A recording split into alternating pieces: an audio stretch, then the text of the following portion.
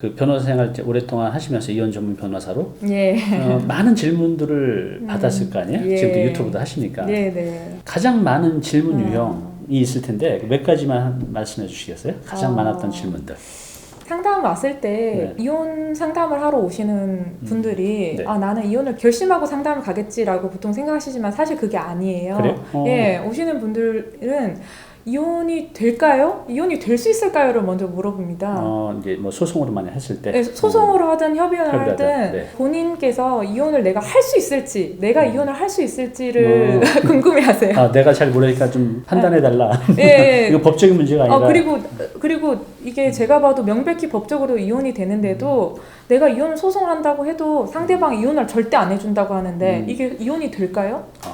이렇게 물어보죠. 왜냐면 제가 봤을 때 그런 경우는 상대방으로부터 굉장히 심리적인 세뇌를 많이 당한 경우라고 보여져요. 예, 혼인기간 동안 너무 고통스럽고 너무 뭐랄까 무시를 당한다든지 뭐 심리적으로 너는 뭐 아무것도 못해라든지 이런 것들을 당해서 뭐 이혼을 하면 할 수 없을 것 같은 그런 심리 상태에서 오시는 분들이 많죠. 첫 번째가 이제 이혼할 수 있을까요? 예. 또 하나는요? 두 번째도 또 약간 연관되는데 이혼해도 될지를 여쭤보는 분들이. 이건 법적으로 떠나서 그냥 네. 내가 이런 상황인데 내가 다른 사람 보아도 내가 이혼할 만한가요? 뭐 이런 거? 그렇습니다. 그래서 제가 사실 이혼 전문 변호사니까 본인께서도 이혼을 해야 될지 말아야 될지 확신이 없으신 거예요. 그렇구나. 그래서 다른 케이스들을 한번 들어보시고 내가 이혼을 해도 될까요? 말까요? 이거를 저한테 이제 선택권을 주시는 거예요.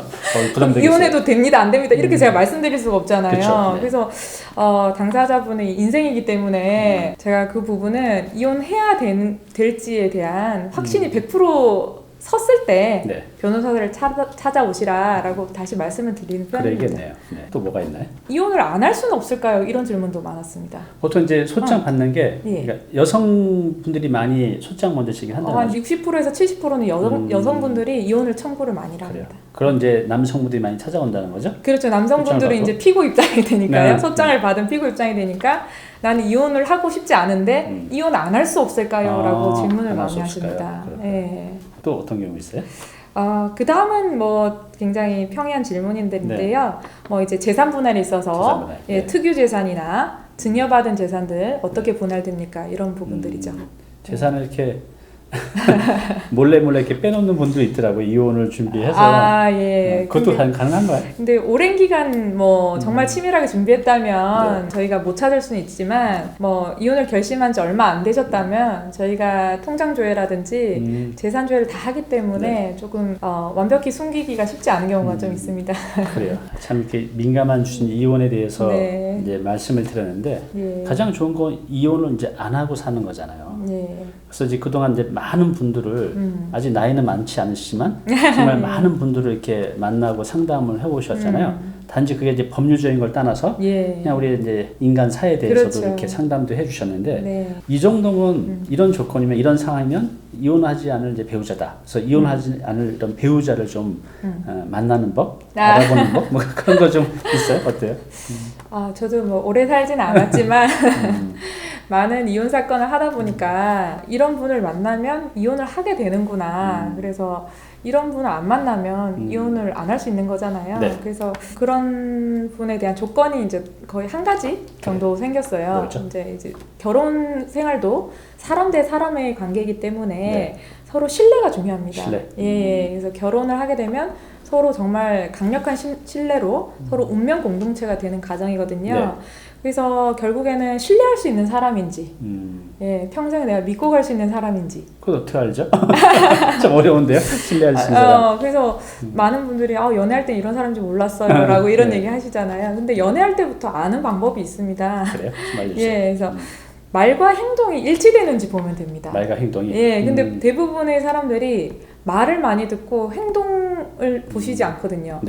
말은 정말 너무 잘하시고 말을 이제 여자분들 경우도 뭐 남자분들의 경우도 마찬가지지만 상대방의 말을 되게 믿고 싶어 하세요. 그렇죠. 근데 제 생각에는 그 말을 믿지 말고 행동을 보시면 말과 행동이 일치하는지를 딱 바깥에서 볼 수가 있거든요. 객관적으로 이 사람이 이제 말과 행동을 일치시키는지를 뭐 다양하게 좀 테스트를 여러 가지 테스트 해보면 좋겠네요. 뭐 이제 뭐 어떤 약속 시간에 언제 만나기로 했는데 뭐 안 나온다든지 뭐 아니면 집에 가서 전화할게 했는데 전화 안 한다든지 이런 분들은 사실 결혼해서도 뭐 어디 일이 있어서 늦을 때도 뭐 전화를 안 한다든지 연락 두절된다든지 이럴 수도 있겠죠. 이게 어쩌면 이제 사소한 것 같지만 이제 결혼 생활에서 뭐 몇 시까지 들어올게 하는데 안 들어온다든가 네. 뭐 그 작은 약속들이 자꾸 이렇게 어긋나면 예. 그것도 서로한테 굉장히 상처를 줄 것 같아요. 누적이 되면. 그렇죠. 그렇죠? 상대방은 그것을 사실 거짓말로 받아들일 수 있거든요. 그러면 거짓말이 이렇게 누적이 되면 이제 신뢰할 수 없는 배우자가 되는 거죠. 좋은 얘기인 것 같습니다. 말과 행동이 일치하는가를. 그러면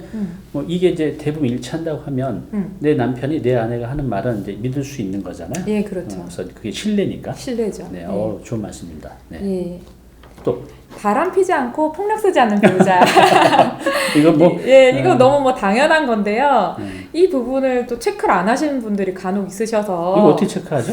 이것은 사실 참 배우자가 될 분이 자라온 환경을 조금 확인하는 것이 조금 필요합니다. 네. 여기서 만약에 배우자 될 분의 아버지가 굉장히 폭력적이다. 그러면 배우자가 될 사람 입장에서 난 절대 안 그래야지 하면서도 갑자기 뭔가 참고 트라우마가 됐던 게 갑자기 올라오거나 그게 보고 배운 것이 올라오거나. 너는 이게 별개라고 생각했는데 네네. 보통 부모가 그러면 다는 아니지만 네. 상당 부분이 그렇게 또 폭력적으로 바뀌어요. 상당 부분이라고 하긴 그렇지만 그럴 확률이 있는 경우가 좀 그렇군요. 있습니다. 그래서 사실 뭐 좋은 환경에서 부모님이 뭐 이렇게 바람 피시거나 폭력을 쓰지 않는 환경에서 자라온 배우자면 더 좋겠지만 네. 만약 이런 환경이라면 이 배우자께서 정말 이 부분에 대해서 어느 정도 자기 성찰하고 이런 부분에 대한 인지가 있고 그거를 좀 능가할 정도로 본인이 약간 성숙됐는지 네. 그런 부분 약간 확인할 필요가 있을 것 같아요. 그래요. 참 나이는 어리신데 정말 이 삶을 통찰하신 것 같아요. 맞습니다. 네. 예. 방금 이제 말씀하셨던 우리가 이혼하지 않는 배우자 만나는 법 말씀하셨어요. 그러니까 예. 이제 콩깍지가 그러면 이게 안 보일 수가 있는데 그렇죠. 이 콩깍지를 벗어내고 잘 해야 되죠. 아까 이제 제가 그랬잖아요. 글과 말의 힘. 근데 이 말은 이 세상에서 가장 큰 에너지를 갖고 있는 것 같아요. 예. 왜냐하면 상대방의 상처 주는 말 한마디로 그분은 삶을 포기하는 그런 선택을 하는 분들 많아요. 그 말 한마디 선택 때문에. 또 저 같은 경우는 제가 그렇게 힘든 시기에 삶을 포기하려고 했을 때 따뜻한 말 한마디가 저를 다시 살려줬고 또 용기 주는 한마디가 제가 다시 한번 또 일어설 수 있는 그런 힘을 줬거든요. 그래서 그 말은 이 세상에서 가장 큰 에너지를 갖고 있는 것 같아요. 맞습니다. 그래서 이제 부부 사이에도 이 말 한마디가 잘못돼서 그것 때문에 아주 안 좋은 상황까지 가는 경우가 많은데 그렇죠. 부부관계가 안 좋을 때 이렇게 부부끼리 예. 이 관계를 회복시키는 말이 예. 있을까요? 경험해보면 있을까요? 제가 사실 이혼 전문 변호사지만 네. 부부관계 얘기를 많이 듣잖아요. 네. 예, 많이 듣는데 네. 이게 사실 남편분의 경우와 아내분의 경우가 달라요. 듣고 싶은 말이 사실 조금 다른데요. 네. 남편분들의 경우에 어때요? 그 한 집안에 어쨌든 결혼하고 나면 가장이 돼서 그쵸. 열심히 이제 살아오시는 겁니다. 이제 네. 열심히 일을 하고 가정을 지키기 위해서 노력하고 뭐 아내한테 뭐 어쨌든 생활비 지급하고 자녀들한테 좋은 아버지가 되기 위해서 네. 하고 사회에서도 뭐 승진하기 위해서 노력도 하시고 하잖아요. 힘들죠. 너무 네. 힘들잖아요. 네. 그래서 참 이렇게 힘들게 살았는데 집에 와서 아내분이 당신이 한 게 뭐 있어 이런 말을 하면 굉장히 상처가 된다는 겁니다. 정말 상처되죠. 네, 정말 열심히 살았는데 그래서 아내분께 정말 듣고 싶은 말이 뭐냐라고 여쭤봤더니 네. 고맙다. 고맙다. 당신 정말 네. 고맙다. 이 말을 정말 듣고 싶어 하시더라는 고맙다. 겁니다. 뭐 수고했다. 뭐 이런 예, 것들. 그러니까 정말 뭐랄까요. 가치를 인정받는 그런 느낌이 든다는 겁니다. 맞아요. 남자들이 예. 그 실제로 내가 살아가면서 가장 큰 용기가 되는 말. 그러니까 뭐 부모가 할 수도 있고 친구가 할 수도 있고 직장 동료도 할 수 있는데 가장 그 힘이 되는 말은 바로 내 아내의 말이라고 해요. 똑같은 고맙다는 말도. 그래서 요 한마디가 이제 부부 관계를 회복하는데 굉장히 큰 영향을 줄 것 같아요. 네. 남자는 이 말 들으면 어우 막 힘들 것 같아요. 나의 가치를 정말 내 아내가 인정을 해주고 있구나. 네. 또 열심히 힘내서 살아야겠다. 이렇게 용기를 내신다고 합니다. 네, 그래서 오늘 좀 부부관계 안 좋으시면 맞습니다. 남편분께 이런 얘기 해주시기 바랍니다. 예. 그 고맙다도 그냥 무턱대고 고맙다 하면 안 되니까 뭔가 좀 구체적으로 구체적으로 뭐뭐해서 말씀하셔야겠죠. 고마워. 예. 하루에 한마디만 하면 좋을 것 같아요. 서로가 오늘은 뭐뭐해서 고마워. 자기가 뭐뭐해서 고마워. 예. 그러면 이 한마디 때문에 그동안 쌓였던 게 이제 눈 녹듯이 다 녹을 것 같아요. 예. 네, 그래요. 요 하나가 또 있나요? 그 아내분의 입장이 있는데요. 네. 아내분의 입장에서는 사실 아내가 결혼을 하고 뭐 매일 자녀를 키우고 뭐 엄마로서 살아가고 뭐 며느리로서 살아가지만 아내도 여자거든요. 네. 여자들이 항상 듣고 싶어하는 말이 있습니다. 여자들은 항상 그렇죠. 이제 남편분의 네. 사랑을 먹고 사는 존재거든요. 사랑합니다. 예, 사랑해라는 말을 듣고 사랑해. 싶어합니다. 예.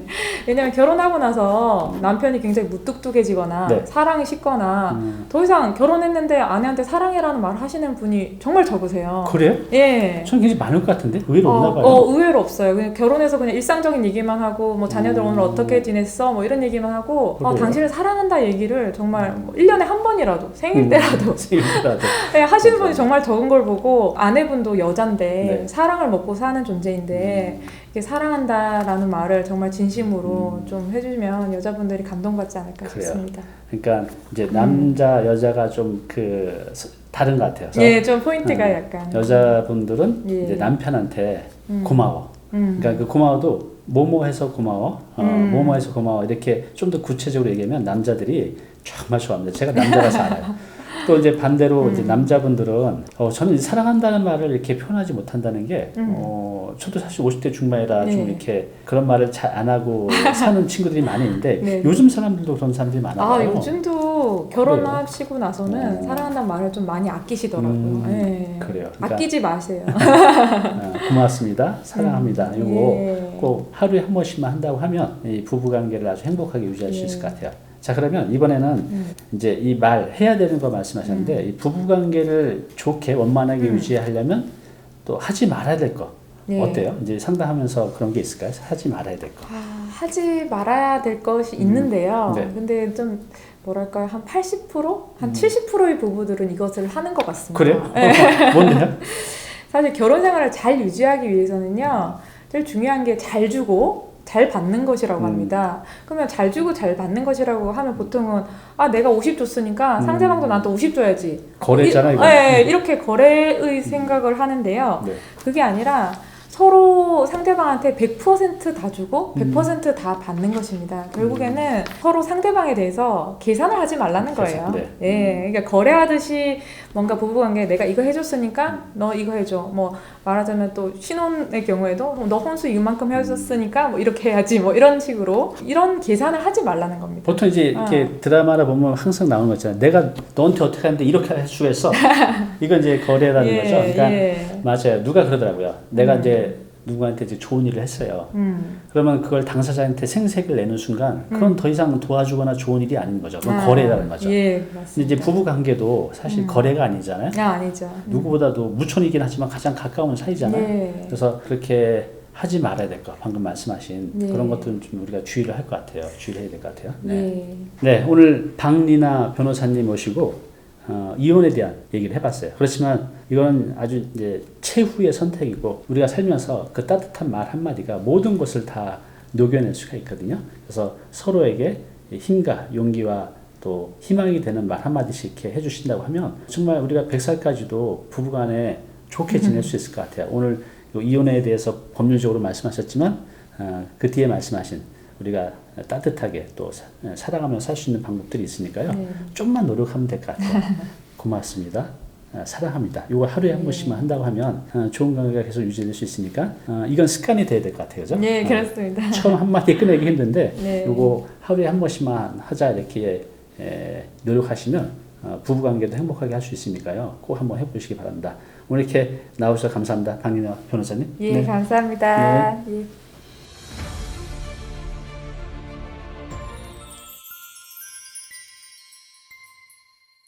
네, 오늘 정보 도움이 좀 되셨나요?